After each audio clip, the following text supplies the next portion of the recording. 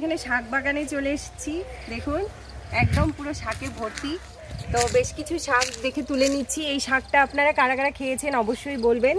এটা হচ্ছে গিয়ে লাফা শাক, আমাদের উত্তরবঙ্গের স্পেশাল, এটা ঐতিহ্যবাহী খাবার। এই লাফা শাকের ঝোল যারা খেয়েছেন অবশ্যই কমেন্ট করে জানাবেন। দেখুন কত হয়েছে, চারিদিকে প্রচুর শাক আছে এদিকে।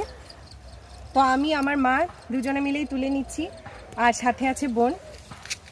এখানে দেখুন ধনেপাতা আছে। তো শাক বাগানটা কেমন লাগলো অবশ্যই আপনারা কমেন্ট করে জানাবেন। এই শীতে এরকম অর্গানিক শাক খেতেও ভীষণ ভালো লাগে। আর এই যে তুলে নিয়েছি নিজের হাতে একদম ভর্তি করে।